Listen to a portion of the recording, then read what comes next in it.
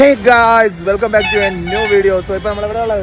ചെന്നൈയിലെ വഴിയോരങ്ങൾ ഞങ്ങൾ ഇങ്ങനെ തപ്പിത്തറിഞ്ഞ് നിൽക്കുകയാണ്. നമ്മൾ 2 ദിവസത്തെ ഒരു ഫംഗ്ഷന് വേണ്ടി വന്നതാണ്. സോ ഈ വീഡിയോ എന്ന് പറഞ്ഞാൽ എന്തുവാ? What we eat in Chennai. Chennai വന്നാൽ ഞങ്ങൾ എന്തൊക്കെയാണ് മെയിനായിട്ട് കഴിക്കുന്നത്, മിസ് ചെയ്യാതെ കഴിക്കുന്നത് എന്നുള്ളതാണ് ഈ വീഡിയോ. അപ്പോൾ എങ്ങനെ വിളിക്കല്ലേ?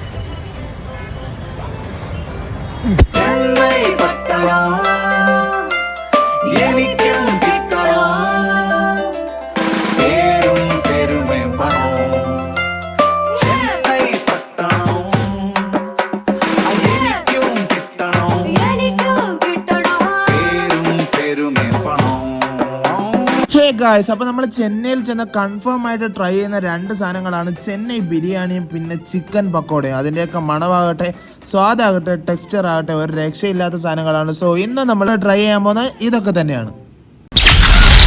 രാവിലെ 8 മണി. സോ ഗായ്സ്, വന്ന് ഇറങ്ങിയപ്പോൾ തന്നെ റെയിൽവേ സ്റ്റേഷൻ്റെ തൊട്ടടുത്തുള്ള ഒരു ബിരിയാണി കട നോക്കി നമ്മൾ കയറി. രാവിലെ തൊട്ട് തന്നെ എല്ലായിടത്തും ബിരിയാണി അവൈലബിൾ ആയിരിക്കും. സോ നമ്മൾ ചെന്ന് ഇരുന്നപ്പോൾ തന്നെ ചേട്ടൻ ചെമ്പിലുള്ള ബിരിയാണി 2 തട്ടൊക്കെ തട്ടി ഒരു പ്ലേറ്റിലാക്കി ഒരു മുട്ടയൊക്കെ വെച്ച് കൊണ്ടുതരുന്ന കാഴ്ചയാണ് നിങ്ങളിപ്പോൾ കാണുന്നത്. ഈ ഒഴിക്കുന്ന ബ്രിഞ്ചാൽ കറിയാണ്, അല്ലെങ്കിൽ വഴുതനങ്ങ കറിയാണ്. ഇത് ചെന്നൈ ബിരിയാണിയുടെ ഒരു പ്രത്യേകത തന്നെയാണ്. എന്തായാലും 2 കഷ്ണമുണ്ട്, ഒരു മുട്ടയുണ്ട്. ഇതൊക്കെ ചേർത്ത് നമുക്ക് ഇന്നൊക്കെ പൊടി പിടിക്കാം. ഏകദേശം 1 വർഷത്തിന് ശേഷമാണ് ഞാൻ വീണ്ടും ചെന്നൈയിൽ നിന്ന് ഈ ബിരിയാണി കഴിക്കുന്നത്. ആദ്യത്തെ പിടി വായി വെച്ചപ്പോൾ ഉണ്ടല്ലോ എന്റെ പൊന്നെ, സ്വർഗം മാമാ സ്വർഗം എന്ന് തന്നെ പറയേണ്ടിയിരിക്കുന്നു. നമ്മുടെ കേരള സ്റ്റൈൽ ബിരിയാണിയിൽ നിന്ന് വ്യത്യസ്തമായിട്ട് വളരെ ഡ്രൈ അല്ലാത്ത എന്നാൽ മസാല കൂടുതലുള്ള ഒരു ബിരിയാണിയാണ് ചെന്നൈ സ്റ്റൈൽ ബിരിയാണി. പക്ഷെ ഈ ബിരിയാണി കാണുമ്പോൾ അതിന്റെ മണമൊക്കെ അടിക്കുമ്പോൾ ഉള്ള ഒരു സുഖം ഉണ്ടല്ലോ എന്റെ പൊന്നിടവേ.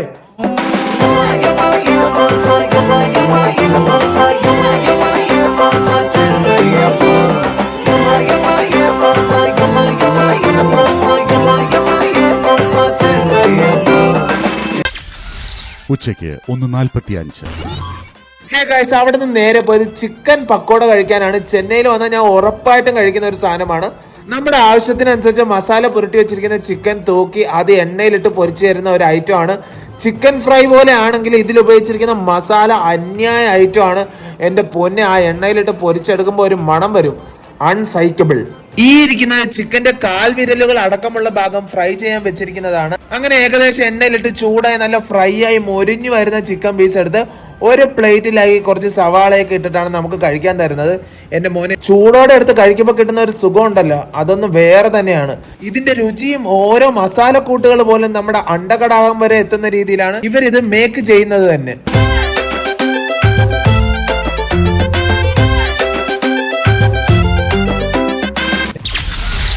വൈകിട്ട് 4:40. ഹേ ഗായ്സ്, അവിടുന്ന് നേരെ പോയത് ചെന്നൈയുടെ നൈറ്റ് ലൈഫ് പബ്ബിലാണ്. വൈകുന്നേരം ഒന്നും അല്ല കേട്ടോ, രാത്രി 2 മണിക്കുള്ള തിരക്കാണ് നിങ്ങൾ കാണുന്ന. ഒരു പള്ളിപ്പെരുന്നാൾ എന്നുള്ള ആൾക്കാരുണ്ടല്ലേ, തമിഴ്നാട്ടിലുള്ളതിനേക്കാളും കൂടുതൽ മലയാളികളെയാണ് എനിക്ക് അവിടെ കാണാൻ സാധിച്ചത്. എന്തായാലും കുറച്ച് ബേക്കറി ഐറ്റംസ് കഴിക്കാന്ന് പറഞ്ഞ് പോയതാണ്. പക്ഷെ തപ്പിയായിട്ടൊന്നും കിട്ടാത്തതുകൊണ്ട് അവസാനം തൊട്ടടുത്ത ചായക്കടയിൽ നിന്ന് ഓരോ ചായ നല്ല കിടുക്കാച്ചി സമൂസയൊക്കെ അടിച്ചിട്ടാണ് അവിടെ നിന്ന് ഇറങ്ങിയത്. രാത്രി 8:30. ഇനി ഞാൻ നിങ്ങൾക്ക് ചെന്നൈ പോയ പരിപാടിയും അവിടുത്തെ ഫുഡിന്റെ കാര്യങ്ങളൊക്കെ ഒന്ന് കാണിച്ചു തരാം.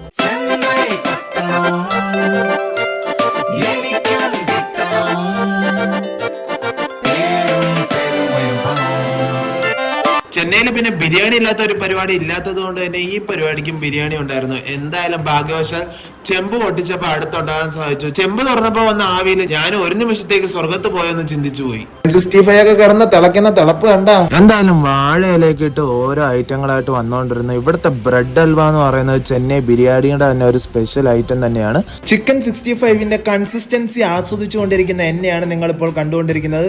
എന്തായാലും നമ്മുടെ നാട്ടിലെ കണക്ക് ബേസണിലല്ല ബിരിയാണി കൊണ്ടുവരുന്നത്. ഓരോരുത്തർക്കും ഓരോ തട്ടിൽ അവരുടെ ഭാഗം കൊണ്ട് ഇട്ട് കൊടുക്കുകയാണ് ചെയ്യുന്നത്. എന്റെ പൊന്നടാവുക, ആ ചൂട് ചോറും ആ ചിക്കൻ പീസിന്റെ സോഫ്റ്റ്നെസ്സും ഒക്കെ കണ്ട അപ്പൊ എന്റെ വായിൽ വന്ന വെള്ളത്തിൽ വേണമെങ്കിൽ ഒരു ടൈറ്റാനിക് എന്നെ മുങ്ങി പോകുമായിരുന്നു. പിന്നെ അവിടെ നടന്നത് ഒരു യുദ്ധം തന്നെയായിരുന്നു.